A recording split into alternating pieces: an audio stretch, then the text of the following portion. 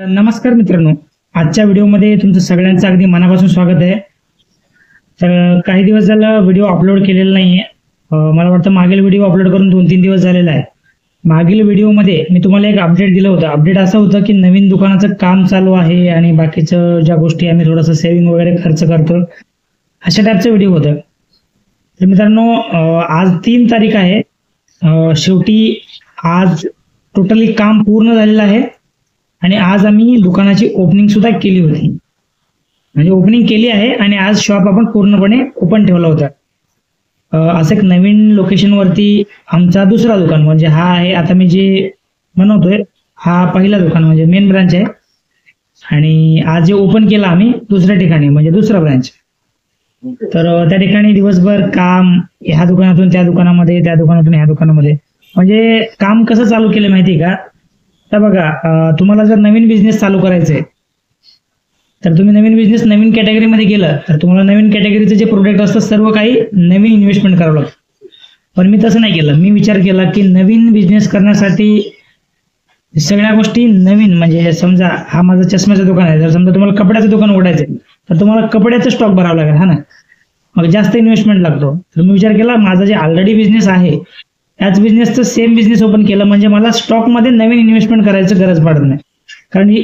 कारण इकडं जे स्टॉक आम्ही आणतो त्या स्टॉकमधलं ते स्टॉक अर्धे तिकडं अर्धे इकडं, आणि जसं तिकडं सेल होतं तिकडं रोटेशनल करू शकतो. आणि याच्यामध्ये काय होतं माहिती का, मेन स्टॉकचं पैसे वाचतात आणि डेड स्टॉक राहत नाही, म्हणजे तुमच्याकडे शिल्लक स्टॉक राहत नाही.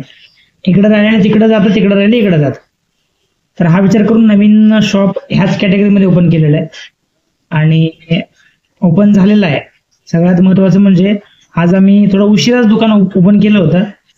असं प्लेस आहे ना, त्या प्लेसमध्ये एक सुद्धा चष्म्याचं दुकान नाही आहे आणि जवळच गव्हर्नमेंट हॉस्पिटल एरिया आहे.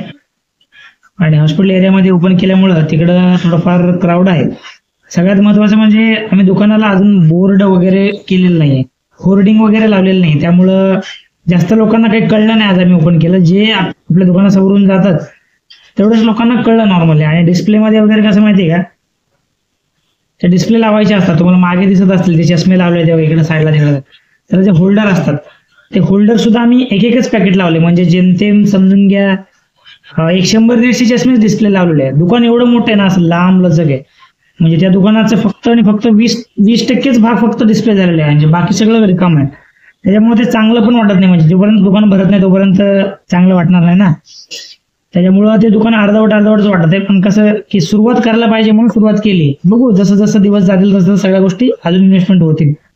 म्हटल्यास तर मी तुम्हाला फोटो ऍड करतो याच्यामध्ये, तुम्ही फोटो बघून घ्या की कसं दिसतंय. डिस्प्लेमध्ये थोडंच डिस्प्ले एक साईडचं चालू केलेलं आहे आणि एक साईड अजून बनायचं बाकी, भरपूर काम बाकी आहे अजून. त्याच्यामध्ये आरशे लागणार आहेत, सिलिंगला कलर व्हायचं बाकी आहे आणि खाली मॅट टाकायचं बाकी, भरपूर काम बाकी आहे. आणि कामाला सुरुवात केली तर सगळ्यात महत्त्वाचं म्हणजे आज किती सेल झाला माहिती आहे का मित्रांनो? त्या दुकानामध्ये आज त्या दुकानामध्ये 190 रुपये सेल झाला. जेव्हा 190 रुपये सेल झाला ना, मनाला असं वाटलं की विचार करा, म्हणजे भरपूर खुश झालं, भरपूर खुश. जेव्हा पहिला ऑर्डर मी त्या दुकानामधून घेतला ना तर ते खुश, ते एवढा आनंदी होतो तर ते आनंद मी सांगता येणार नाही तुम्हाला. म्हणजे 190 रुपयेचा सेल झाला पण ते माझ्यासाठी 1,00,000 रुपये सेल एवढं आनंदी होतो. म्हणजे मी खूप आनंदी होतो, ते सांगू शकत नाही, त्याची काही किंमतच सांगू शकत नाही मी किती आनंदी होतो. तुम्हाला अमाऊंट मॅटर नव्हतं करत, माझं ट्रान्झॅक्शन झालं. म्हणजे मी पहिल्या दिवशीच ओपन केलं आणि त्या दिवसामध्ये मी 190 रुपये सेल केलं आणि मी फक्त काही वेळातच ओपन केलं होतं. तर असं आजचा दिवस खूपच खुश गेला. आणि बाकीच्या गोष्टी चालू आहेत, भरपूर काही गोष्टी आहेत, व्हिडिओ बनवायचं होत नाही, तरी पण मला वाटतं की छोटं मोठं अपडेट ह्या व्हिडिओमध्ये शूट केलं पाहिजे. नंतर ना ह्या सगळ्या गोष्टी, सगळे व्हिडिओ बघून मलाच खुश होईल. कारण फ्युचर कोणाला माहीत नाही, आम्ही फ्युचरमध्ये काय करणार आहोत, कुठे राहणार आहोत, काही नाही. पण जी काही आपली चालू आहे ना सगळ्या गोष्टी, आपलं स्टेप बाय स्टेप आपल्याकडे जर रेकॉर्डेड असलं तर आपल्याला वाटतं उद्या आपल्याला हे साक्षीदार असतात हे व्हिडिओज, बरोबर आहे का नाही? तर अशा पद्धतीने काम करतोय. आणि आता वाजले आहेत 9:45, सॉरी एक्झॅक्टली 10 वाजलेले आहेत. आता दुकान बंद करतोय हा सुद्धा. आधी आम्ही 11 वाजेपर्यंत वगैरे शॉप ओपन ठेवायचो, पण आता 10 वाजताच बंद करतोय. मला वाटतं उद्या 9:30 वाजताच बंद करायला पाहिजे. कारण जे दुसरं दुकानचं जे टायमिंग आहे सकाळी 7:30 ते 7:45 दरम्यान ओपन झाला पाहिजे, तरच त्या दुकानावरती मार्केट आहे. म्हणजे उदाहरणामध्ये आज लवकर मी दुकान बंद केलं तरच उद्या सकाळी उठणार आहे, नाहीतर नाही उठू शकत. त्याच्यामुळे हा दुकान बंद करतोय, कारण तिकडचं सकाळचं मार्केट पकडण्यासाठी. आणि तिकडचं मार्केट 10-12 वाजेपर्यंत ऑलमोस्ट थोडंफार कव्हर होतो. त्यानंतर ना हा दुकान 10 वाजता उघडतो. 2 स्टाफ आहेत आणि दोघे आम्ही नवरा बायको 4 जण म्हणून 2 दुकान रन करतोय. खूप मुश्किल होत आहे, कारण 2 स्टाफ पैकी 1 स्टाफच आपला एक्सपिरियन्स आहे. नवीन स्टाफ काहीच कामाचं नाहीये, म्हणजे फ्रेशर आहे, शिकेल तो. प्रयत्न करतोय थोडंफार त्याला शिकवावं काहीतरी, है ना. होऊन जाईल सगळ्या गोष्टी. आणि या भागामध्ये स्टाफ भेटणं खूपच मुश्किल झालेलं आहे.